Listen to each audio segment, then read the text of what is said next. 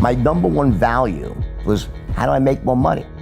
Your brain is a computer, and if you ask it bad questions, it gives you some bad answers. The real-life Wolf of Wall Street, live and unleashed. I was a natural-born salesperson, buying and selling and trading the ingenuity of others. The culture was bankrupt at its core. Everyone was in on it. When you make money so fast on Wall Street, you don't really build anything. How do you put value on what you're doing?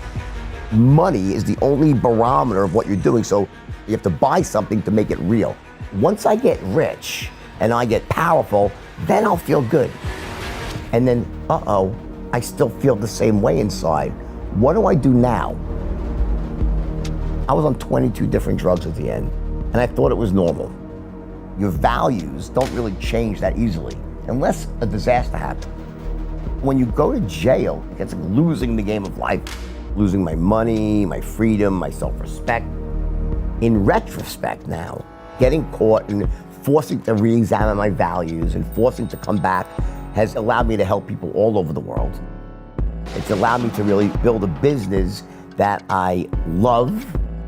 Also, for my own kids to see that, they watch their father lose everything and not give up and come back and do it right. You're capable of pushing yourself more, of showing up when you have to.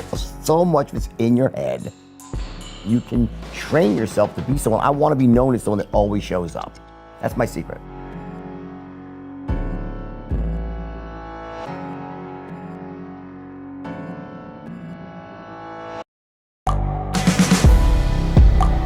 The world is changing. Inspiration is everywhere. It has never been so easy to connect, share, and bring people together. We're learning from others and finding the best in ourselves.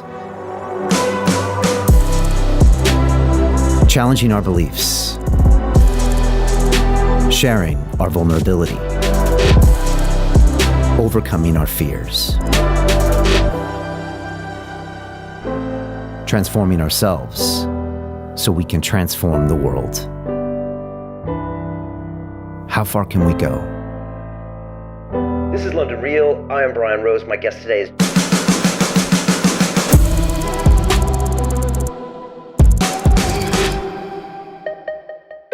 Let me ask you a question. What if you were making $50 million by the time you were 26 with 1,000 brokers working for you? Would you be partying like a rock star with hookers and cocaine and quaaludes and marijuana and morphine?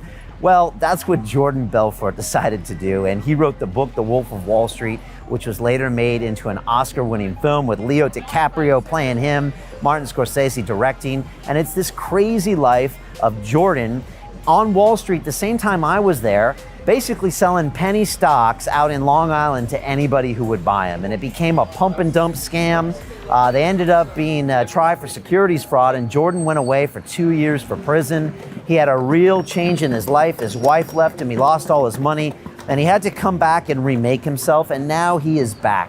He's traveling the world, teaching everybody his straight line selling system, which is very effective, and it's how he taught those meatheads how to sell billions of dollars worth of securities to wealthy people. And now he feels free. He feels like he has a purpose, he has a product he believes in, and it was just great spending time with Jordan. This is probably the beginning of a long-term relationship, and I know you're going to enjoy his story. This is London Real. I am Brian Rose. My guest today is Jordan Belfort, the former stockbroker, speaker, and best-selling author of The Wolf of Wall Street. At the height of your career, you were earning $50 million a year, employing over 1,000 stockbrokers, and partying like a rock star. Later, you pleaded guilty to securities fraud, spent time in prison, and wrote your book, which was made into the Oscar-nominated film starring Leonardo DiCaprio and directed by Martin Scorsese. Today, you travel the world teaching your step-by-step sales and persuasion method known as straight line selling. Jordan, welcome to London Real. Thank you very much. How does this city treat you? What's your relationship like with London? Amazing. Yeah? London's probably, I'd say, I'm not saying this to all over the world. This is probably my favorite. This is my number one or two favorite cities in the world. It is for sure. I've got more great friends in the city I've made over the years. But there's something about London, great food, great hotels, beautiful women. Even though I'm married and loyal to one woman, she's still nice to look, right? very intelligent people, and there's just a certain energy. There's only one thing I would change here: the weather. You guys, it's like it's not sunny here enough. Other than that, it's the best place. It really is. It's amazing. Is the weather worse than the East Coast? Oh yeah. Just because It's just is. No. I grew up in New York, right? Yeah. And it's cloudy here. Well, I don't know why. I guess I gotta do some meteorological studies and see what's going on. But there's a lot of rain here and cloudiness. In New York, it's sunny a lot more. But I would take the people here any day. And I guess it's always about the people. And what's also I love about here is like you go into this is all of us. It's like you go to New York. Oh, let's go see. This is a really old, beautiful thing. It's been around forever. It's like it's 110 years old. This building. You have to see this building. Here, it's like 100 years old. That's like it's new here. It's like here, it's like 1,000. You're like you see, right? It's unbelievable. The average building's a few hundred years old, so it's pretty incredible. It's richer culturally. I think it's great. Yeah, I love it. as a financial center, do you think you could have ever rocked it like you did in New York here? Or is it kind of different? Does the culture feel different? I think the culture's a little bit different here. I think, I think I could have done well. Probably just, in a different way. You always want to adapt what you're doing to fit into the culture. We actually had a lot of clients that I know we called over to the UK, called all over the world. But, I think more than just here, remember that it was back, like the movie came out only maybe, 6, 7 years ago, but this occurred 30 years ago. Right. Things have changed. 30 years ago, they didn't have, the big difference is that people didn't have information at their fingertips. Today, every investor has information. The same information is out there for everyone. So I think that nowadays, if an investor, doesn't educate themselves, shame on them. If someone calls you up on the phone and says, you can find out yourself. Back then, it was not like that. So I think that's a good thing they can do that. So I think the paradigm has shifted now. So not so much from not calling people on the phone. I think more of the information flows now through newsletters, emails, news, stuff like that. But I would have figured it out, I bet. Yeah, probably, right? Yeah. It's interesting you say that lack of information because, we had two different experiences on Wall Street, and yet we still had a lot of the culture of how to make money and really how to withhold information to make money. Sure. And I was wondering if we could contrast them a little bit. Sure. So I started at a place called Bankers Trust in 1993. It was right across from the World Trade Center, Liberty Plaza. Mm-hmm. And I was hired as a fixed income derivatives trader. They hired me straight from MIT because they wanted my engineering skills to get in there and make those models. We'd sold into institutional investors, but we still tried to rip their throats out, right? With these rocket science trades. You, on the other hand, were completely different setup, right? You were not hiring guys that were, necessarily Ivy League grads. You're doing penny stocks to retail investors, and you move your shop out on Long Island. Right. For people that don't understand, but we still had the same mission, which was to go and make a ton of money, right? I think that, yeah. So actually, it was $5 stocks. I started selling penny stocks. Okay. And there's an important distinction because when I tried to sell pennies, I tried that. It didn't work. No one would buy penny stocks. Okay. It was too obviously inexpensive. So at $5 to $10, that was the sweet spot that larger investors liked. It was just too speculative at the penny level, right? Okay. Which is interesting because in other countries like Australia, their pennies are actually, they sell their mining stocks and they work, but not in the U.S. I'll tell you what I think it really is. I think that there's this aspect of Wall Street where, it's sort of the interests of the customer are not being aligned with the interests of the business. And that's really not a sustainable long-term thing. And I had said that in my book when I wrote it in 2007. And some people said, oh, come on, he's just saying that because he got in trouble. And then the GFC came. And we saw things that were brought to light about, sort of if you see The Big Short, the movie, right? Just the way they talk about that, it can be pretty raw sometimes, right? And pretty ugly. But on the other side of the equation, here's what I would say: is as much as there's the rippage of throats and all that stuff, Wall Street does serve a purpose. The financial center does serve a purpose. Without it, things would be disastrous. Okay. And there are a lot of really solid players there too. You can't paint everyone. The mistake I made, I don't think there's anything wrong with the hard selling, that I want to make money. It's the idea that I didn't spend enough time on the product I was selling. That was the mistake I made. And I was young and I was naive a bit like that. And I got caught up in the whole whirlwind of making so much money. But that was, I think, the underlying. If you're selling someone a great product, I don't think there's anything wrong with going at them full on if it's a great product. Right. I understood. And look, I agree. I mean, Wall Street does something they don't get credit for, especially when people watch movies like yours, is that people just think they don't do something. But look, they efficiently move capital around the world so where everything can grow. Without that, the world would be a completely awful place of poverty. But that being said, there's people like Warren Buffett that represent like the one side that this is perfectly, like he's an amazing guy because he's just so ethical, long-term player and value builder. And then there's the other side of the equation. I don't want to, someone like, let's say the worst hedge fund guy, someone that maybe got in trouble like in the United States, like Stephen Cohn, right? Yeah, right. And not that he's a terrible guy, but like where it's just so much about like how much can I make, what edge can I get, right? And I think the truth generally lies in the middle somewhere. There's people all along the spectrum, right? And I think that without, like people want to vilify Goldman Sachs, and they get caught up in a lot of scandals and stuff, but they also serve a purpose. So the idea is to have enough regulation that they don't run amok all the time, but not too much that stifles the flow of capital and causes economies to contract. And I think the big thing is like I really think at the heart of the problem is that if there's ever a system where the interests of the customer are not aligned with the firm will always win. And what I had was like the interests weren't aligned. You make money by buying and selling, you get it? And then so if even it makes sense to hold something, the broker will always sell to make a commission. And that's why the hedge fund model was supposed to be better. Okay, so they'll say, well, great, well, here we only make 20% of the profits, but the corruption there was the 2 and 20. Because now, so those that don't understand, 2 and 20 means, I get 20% of the profits by managing money, plus those 2% of the overall capital I control. The problem with that is then that turns into a capital collection business. So the more money I manage, I get that 2%. If I manage $1 billion, well, it comes 20 million and do it at a zero on going up, right? So what happens is it's a lot easier to make a great return on a smaller amount of capital than a larger amount. Right? So if a hedge fund manager's incentive, let me just collect assets because I make more money, he's not going to make the same return as he could if he had a smaller amount. You get it? And then also he needs to prove his activity. He needs to show he's doing something. He has to trade, and that creates churning and commissions. Those are the problems. So anytime the interests aren't aligned, that's when the problems start. Has Wall Street become more ethical since you and I were there in the 90s?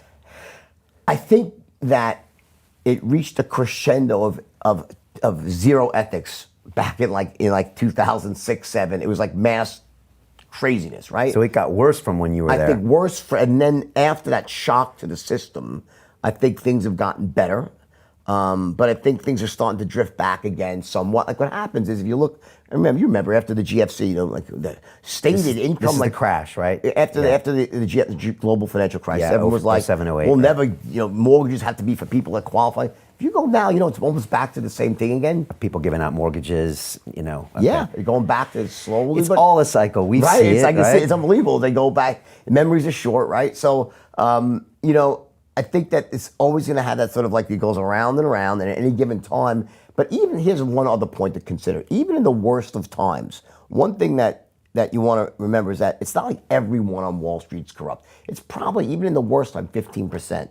Most people are trying to do it right. Yeah. Not, and then it's only that little sliver is enough to destroy everything, right? That's the problem, And why do they push it? Why do, guys like you want to push it? Look, I was at Bankers Trust, and a couple years later, they got indicted, and then they got RICO run against them because they were shown to be doing it to multiple corporates. It was racketeering. I mean, they threw at them what they threw at Al Capone because they were doing these trades into Procter & Gamble and this kind of thing. So I'll tell you what it's about. It's like the best lesson for me was coming back from what happened, going to jail, losing everything, coming back and building another business. So what happens very often is that, when you make money so fast on Wall Street, you don't really build anything. You're buying and selling and trading the ingenuity of others. There's no way to really feel like, how do you put value on what you're doing? Is it an empty existence somewhat? Exactly. And that's exactly what it, so some people tend to feel it. So what do? Well, you then only have money is the only barometer of what you're doing. So, and then money, it's in the bank. So you have to buy something to make it real. So you buy a huge house, a yacht, a jet. So then that feels really great for like a minute. And then I got to buy a bigger house and a bigger yacht. And it becomes like, so, you don't really, money, as I always say, money's like alcohol. It amplifies you. It doesn't change you. if someone's an asshole and they drink, they're a giant asshole when they're drunk, right? But if someone's an awesome, funny person when they drink, they're the life of the party, right? Money's very similar. It's not going to make you anything that you're not, but it'll make you more of what you are. So what happens to a lot of people, it just amplifies the bad and amplifies the good as well, right? So I think in terms of the GFC, what you saw happening was it was sort of like it's like self-feeding. Everyone was in on it, from the homeowner who bought a house who knew that he really couldn't afford. The victims. And then when to the mortgage broker who said to him, "So what are you making?" He goes, 75. How much do you make? You make more like 100, right? Because that's what you need to go. 100, yeah. And what do you do for a living? Oh, I'm a assistant. Assistants don't make. Well, aren't you an executive assistant? So the mortgage broker's teaching the homeowner's gonna lie. The underwriters looking the other way because their boss saying, just approve it because we'll sell it to Wall Street. Wall Street saying, we don't care because we're selling it to Iceland. The rating agency saying, well, if I don't do it, then the other one will do it. And everybody was like in on it. Yeah. And at the end of the day, this is really sad, but countries like Iceland and Greece, they were the ones that really bore the huge brunt of this. It was a gigantic lump of crap, but everybody was sort of complicit in this giant lie. I was in the industry, and I'll tell you, here's what happened. I was in the mortgage industry, and the first time I didn't know anything about subprime loans. I was always an A borrower, in my adult days. And a friend of mine said, "Hey, let's go into business together with mortgages." It's like 2001, right when the refi boom started, right? And first client I got, they wanted to refi the house. Credit came back; they were like a 540 credit score. They didn't get approved through Fannie Mae.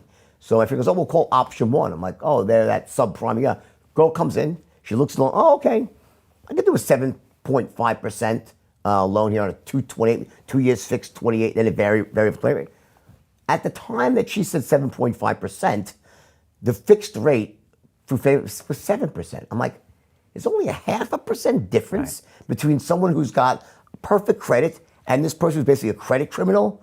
I'm like, how could they afford to do this? I'm saying, but I guess the bankers have it figured out. Like everyone thought someone else had it figured out. Like they wouldn't be that stupid as to allow this to happen. So everybody thought that someone else was watching the shop. I had a great friend, as a partner at Goldman Sachs. And what were you guys thinking? He goes, we didn't think real estate prices ever go down. Like everyone had their own thing they were looking at about why it wasn't a problem because someone else had it covered, And at the end of the day, it works until it doesn't work, and then it's a disaster, Tell me about when you're making all this money out there, and yet I know the feeling, like you don't actually do anything, you don't create anything. Is that why a lot of times the drugs come out? Part of it, for sure. Do you think it's trying to fill a hole? I'll tell you another bit, yeah. So there's two parts to that. That's definitely part of it. Because there is a culture on Wall Street, the city in London, for that kind of thing, Let me tell you, I'll tell you that's one part of it, but there's a bigger part of it too. The bigger part of it is that most of us, and I'll be the first to admit that, I emerged from my adolescence. I wasn't the captain of the football team, those popular guy, the suave with girls. Like most of us, we struggled with those things when we were teenagers. And we were like a science geek. Me too. I was a science geek. I was gonna be a doctor. Your biology scored major? perfect. But yeah, biochem. I scored perfect on my MCATs. Like I was that guy, right? And so I go into my adulthood with like these insecurities and saying, you know what? But once I get rich and I get powerful, then I'll feel good. So while you're out there striving for success and clawing for it, even though you feel insecure a lot and you don't feel like you're really comfortable in your own skin, you say, I know why. It's because I don't have success yet. But then you achieve massive success and you get everything that you always wanted, and then, I still feel the same way inside. What do I do now? And that's what you see happen, not just on Wall Street, but in Hollywood, with people like Lindsay Lohan's in the world. They get so famous, and they feel like, and while they're trying to get famous, they're okay because they say, well, I don't feel great, but I know I'll feel great once I get famous. Because that's what my vision is. When I achieve my vision, when I get that, then I'll feel good. Then you're like, that's when the real panic sets in. So with me, it's like I said, if I ever get rich and powerless, and all of a sudden I had every girl after me, I'm like I'm rich by, and I'm still the same guy. That's when I think a lot of the problems start. And you want to start self-medicating and because, again, success doesn't change you. It just amplifies you. So any insecurities you have become even bigger and so forth. And I think that's a lot, as much as it is true, on some level you're not creating anything, but also because it's a very lucrative industry, and it is. People make money very fast. You end up, the things that you thought would make you happy, you check a box, like, wait a second, I'm still not happy. What do I do now? And that's when the panic sets in and people start to really implode. That's, kind of what I think. Yeah, because the income's so front-loaded in the industry, and it used to be even more. Even more, right. The bonuses, now they have them paid in equity Right, over yeah, time and exactly, banks. yeah, When yeah. I was there, it was like, No, here's your $1 upfront. million, here's your $2 million, here's your money. Same with you, Yeah. and now it's like, No, okay. it's some vesting over time, yeah. Unheard of in history, people in their 20s make this kind of money. Right. Then you got those insecurities come out, and then the Bingo. drugs are right there. Right there, so they can afford them. But most importantly, I really believe, is that you thought that once you arrived in the spot, you'd feel good. And when you don't, that's when you're like, what do I do? Like, how do I make sense of my life now? And then drugs help you make sense of that for a short time. And I think that's a really big part of it. And that's why people tend to try to, what's the next thrill? What do I buy? You're always trying to see, if I do this, I'll feel good. If I do this. So finally, for me, this great journey I had in my life was, making all this money, a rise and a fall. And then finally, after the fall, meeting the right woman. I'm very fortunate. I have finally, just a perfect woman for me, my partner, my real soulmate. And you come to this spot in your life where I just realized that I'm okay. I'm good. And then once you're there, the money becomes amazing.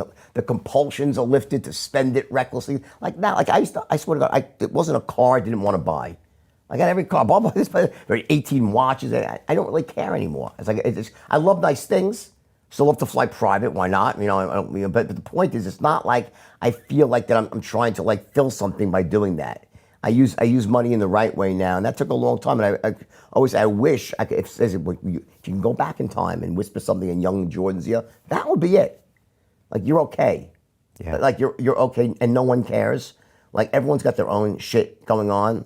No one's looking at you, and it's all in your own head. If at the end of the life you have a partner, a wife or a husband or a significant other that you really connect with and understands you and you can trust, a couple of good friends, you're doing really well in this world. Yeah.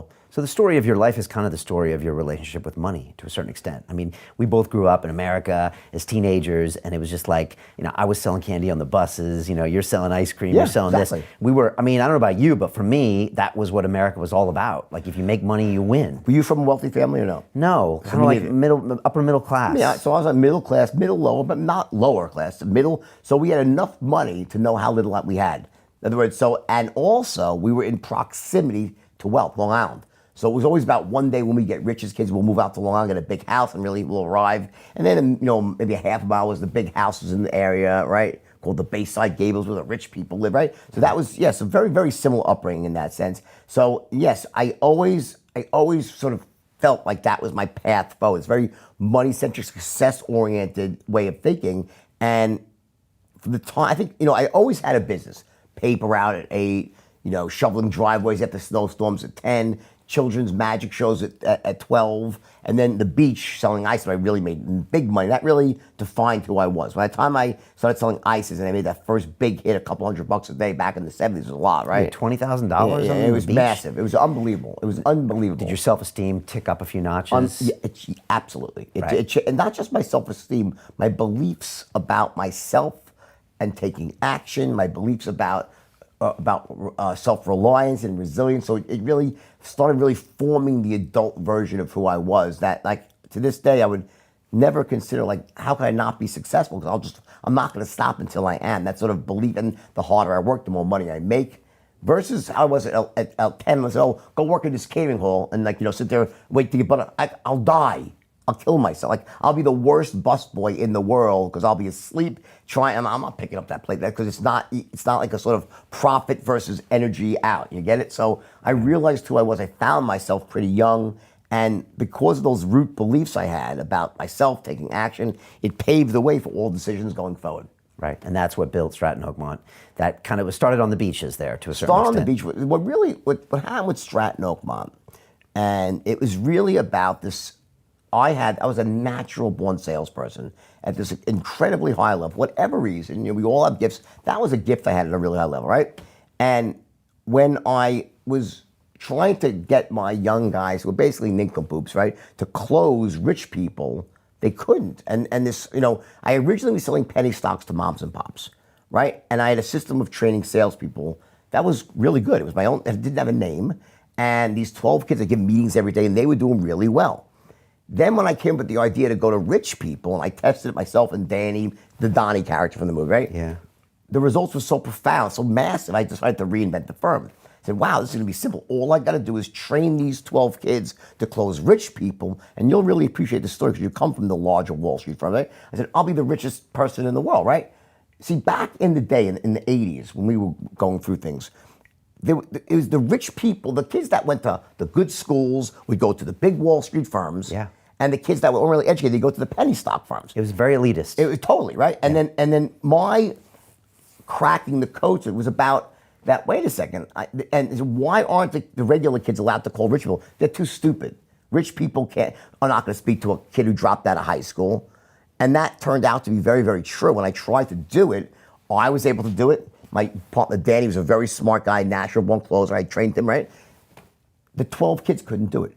When I invented the straight line system, it was this new way of selling, and it allowed this basically a 12-year-old, 8-year-old nincompoop who just stopped shaving to call someone worth $100 million and sound like a professional and close the person. That's what paved the way for Stram. Once that started, it allowed me to take all these kids who had been basically boxed out of Wall Street to come work for me and call big investors, because the system of influence allowed it to work. Without the system, I tried it first, it didn't work. When I cracked the code for that, it was on one night, that's what changed everything. And the mistake I made was that it allowed me to sell so much stock so fast, I didn't have enough good product to sell. I ran out of good product. So what happens is, you're a trader, right? So what also happens, I keep buying one stock, it goes up. I started pumping up the value. I wasn't even making money because I wasn't long anymore. I had no inventory, so the stock's going up. It's not even helping me. And I'm like, shit, what do I do? You get it? My stocks are going up. I'm not even making money because of it. It was an unintended consequence to cracking the code for sales and influence and taking all these kids who could just buy massive quantities of any stock. I should have slowed down the growth. That was my mistake. Right? Why have 1,000 guys? Because, my beliefs were somewhat flawed back then. More was better. And you wanted power as well. Yes, but also, yes, it was part of it. But I think a lot of it had to do with the fact that I had this desire for instant gratification. It's just sort of a mentality that you want everything tomorrow. Now, looking back as a sober adult now, I'm 50 plus years old, right? What is business? What is the purpose of business? The purpose of business is to monetize the delivery of value. That's what businesses do, right? A business has a product, a good, a service. Which solves the problem of a customer. Yeah, and it's valuable to someone else, right? And the purpose of an organized business is to deliver the value in a way that actually makes money. Like if it costs you more to deliver the value than you can get from the customer, well, then you lose money. You're not in business. So the purpose of the business is to deliver value, right? Facebook's a great example, and at least in its early days, they were just creating something that everyone wanted. There was no way to monetize it. They said, we'll figure out to monetize it later, and that was through advertising, right? Right. So in the early days, it was very pure, and Google the same thing. And a lot of Silicon Valley does work in that model. Delaying the gratification. Yeah, or just let's build something that everybody wants. We'll figure out how to make money on it later, right? That was a mistake I made. It was. In other words, for me, it was about how do you make money? Just make money, not let's deliver value. What I should have done is hire the best bankers and analysts out there so I can get the best products to sell and have these unbelievable products too, and then use my sales force to distribute those amazing products. Right. Instead, my sales roared ahead of my investment banking. You get it, because right? Yeah. And I ended up having a complete topsy-turvy where I had the greatest sales force in Wall Street history and a terrible investment banking. So it was, and then once I got in trouble where I got but like the SEC said, sued me civilly, right? A lot of the better companies got nervous and shied away. Right. So then it becomes a self-fulfilling prophecy. Okay. And was that sales force even out of your control at some point? Does it get so big where it's like this hungry machine?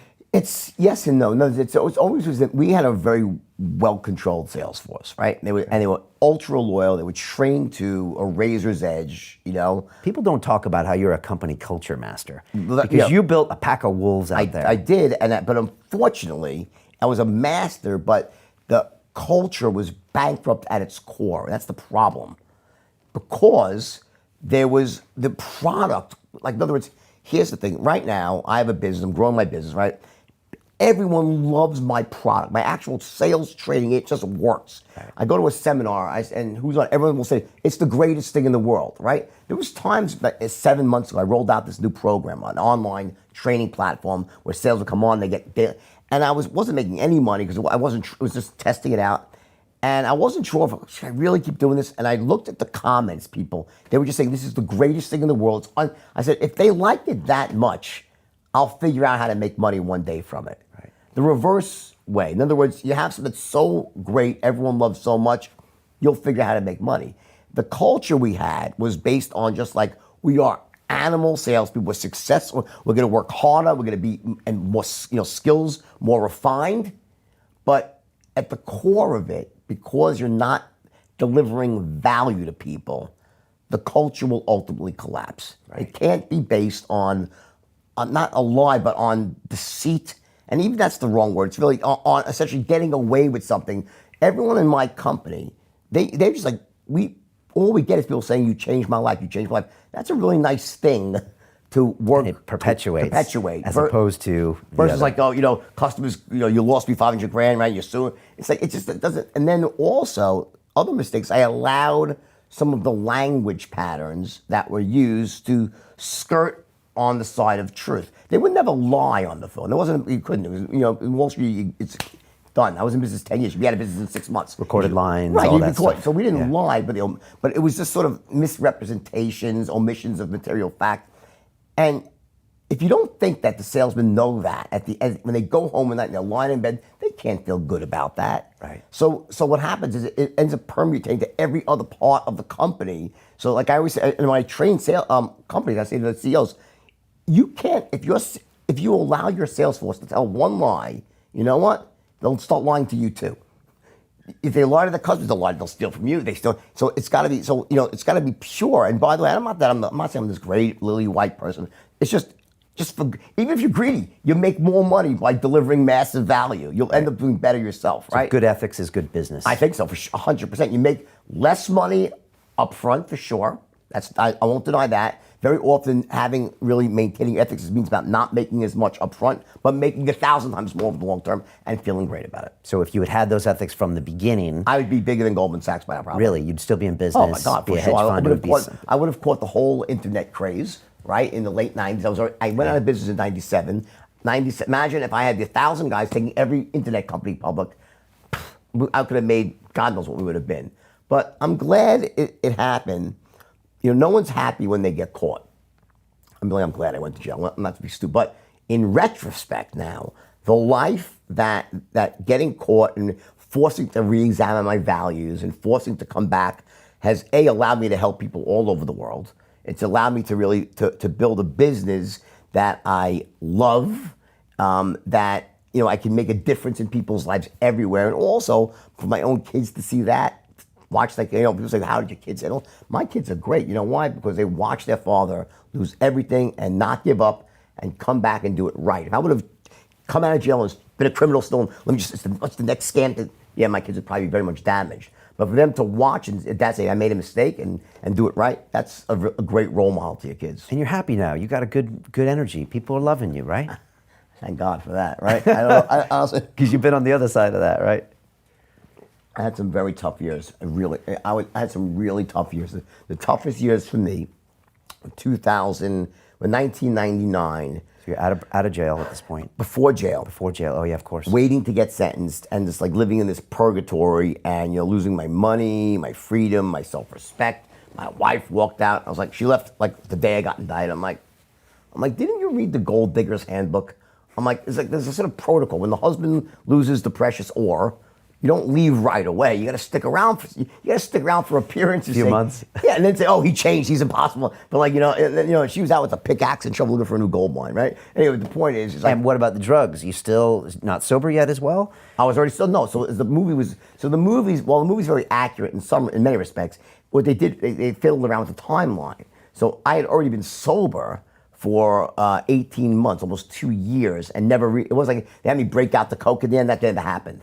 That was from a different scene earlier on, right? So I'd been sober, I never relapsed. So I was sober at the time, But I lost, my money, my freedom, my wife, everything. My children were taken from me. She moved them across the country. Would they talk to you, your children? Did they hate you? Oh, no. They talked to me. They hate you? She never turned them against me. I'll give her that much. She never, ever, she was good. She was very good. She never tried to turn the kids against me. I mean, subtle digs, but I would give her she was a 10 out of 10 on the good side for not turning the kids against me. I know some women are terrible with that. What do you tell your kids when that stuff happens? When They didn't know. We kept it from them because they were very young. They were like, my daughter was, when it first happened, she was like 5 or 6. My son was 4. They were oblivious.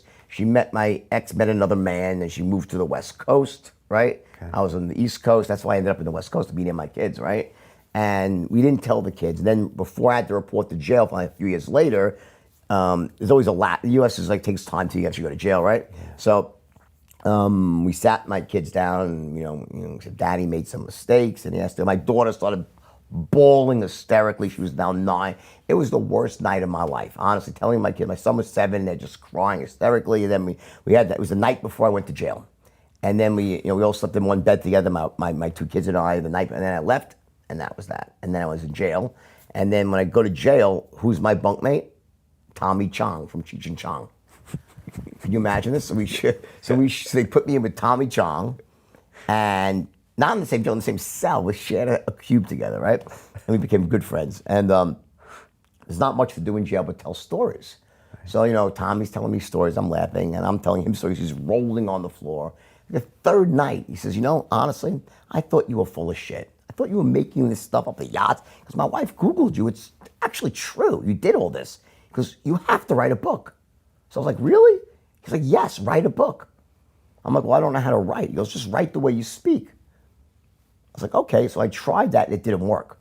You can't write the way you speak. It's very different. They don't translate, right? You wrote like 100 pages in prison and you threw it away, right? Well, what happened was I started writing like 10 pages and I showed him to Tommy. He's like, that's really awful. I'm like, well, thanks, Tommy. Tell me what you really think, right? So at first I couldn't write. It was just very dry and boring. Then I went into the prison library. But after a month of trying and failing, and very frustrated, I stumbled upon the book Bonfire of the Vanities by Tom Wolfe, which I'm sure you've read, right? Yeah. And as soon as I started reading, I'm like, oh my God, I want to write like that. So I finished the book. Then I took out my yellow highlighter. I was a very good student in school, was well academically. And I used this book like a textbook. And I started going through and cracking Tom Wolfe's strategy for writing. Like, how does he introduce characters? How does he describe locations? How does he create? I started noticing it was like I never even considered the word "had" (H-A-D). Like I was like, oh, now I know why my sentences don't make sense because if I want to describe the past. I got to use the word. I don't realize this stuff. There's a strategy for writing. Okay. Like I think some of the mistakes that people make in becoming successful, they forget the fact that it's typically a specialized skill set. If you want to succeed at something, you have to learn the actual skills. So I had this idea. I wanted to write a book. I have a vision. If I write this book, it could become a great thing. Okay, great. But what specialized skills do you need to know? One of them is how to write. I didn't know. So I used this book. I taught myself to write. Then my second book was Fear and Loathing in Las Vegas. That was my second textbook. Right. And my writing improved dramatically because of those books. And I wrote about 100 pages, as you said. Then I ripped them up because I didn't think they were good enough. Got out of jail. Wrote 10 pages again now. And I looked at these 10 pages. It's like 2005. I'm like, wow. I'm like, I think they're pretty good. Like to me, they seem good. I never liked my writing before. And I sent it to a couple of friends, and they all called back and, oh my God, it's great. I'm like, really? So I was like, all right. So I knew very casually someone was an agent. I sent him the pages, and here's the interesting part. He calls me back, and I goes, is that a joke? Did you pay Tom Wolfe to write those pages? He thought Tom Wolfe wrote the first 10 pages. Because back then, it changed. The original 10 was like so much like Tom Wolfe. Okay. It's like if you knew Tom Wolfe, you'd say, wow, he wrote them, right? So, which I thought was a victory for my strategy, right? Anyway, and he goes, you got to stop what you're doing. He goes, you have to write this book. This book is going to be a huge success.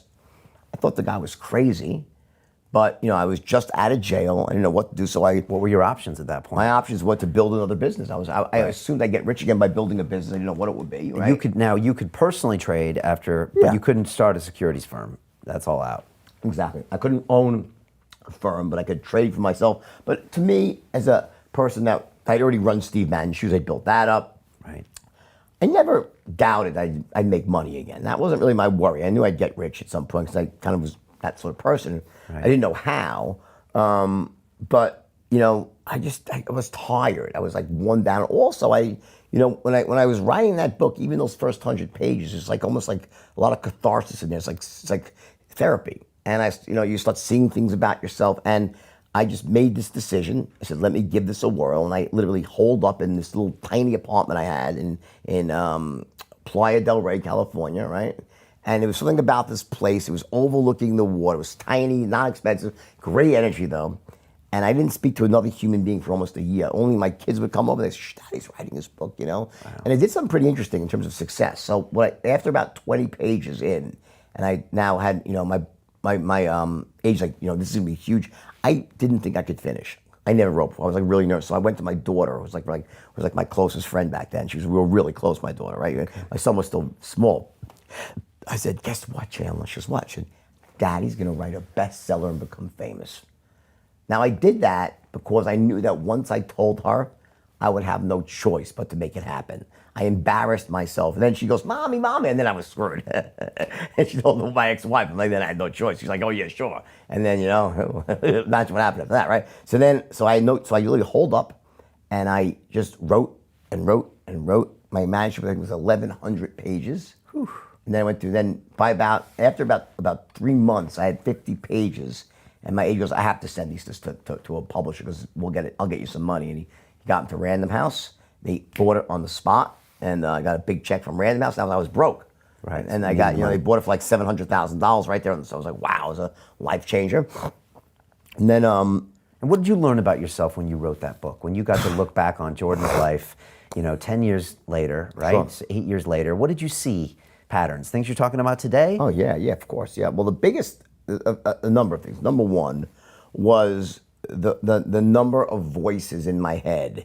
I think why people like the book a lot, why people really get into it, is because I'm like talking to myself through the whole book, weighing my options, and I'm seeing how I'm my own worst enemy. Like how I have this voice is narrowing. I know I shouldn't be doing this I know I shouldn't be doing this. And like you start to see your faults like in high relief. And when I was able to look back and see the decision of leaving my first wife and my second wife, I did my best dating after I was married. It was like all the things, the drug addictions and all the things I had done.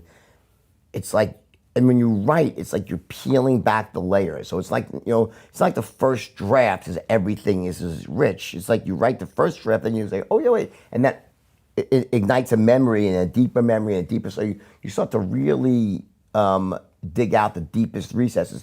In some level, it's exactly what therapy is about. Right. When you go into therapy, when you write a memoir like that, and if you're really going to do it honestly, it's like self-therapy. And I started to see like the mistakes I made and the things I did really well. And I saw I had all these amazing strengths, all these great talents, and some of these terrible, frailties and weaknesses that I allowed to get the best of me. So I think on many levels, I felt different when I left jail. Not that I felt like I was a different person. I felt like I was the same person my parents had sent out into the world when I was 20.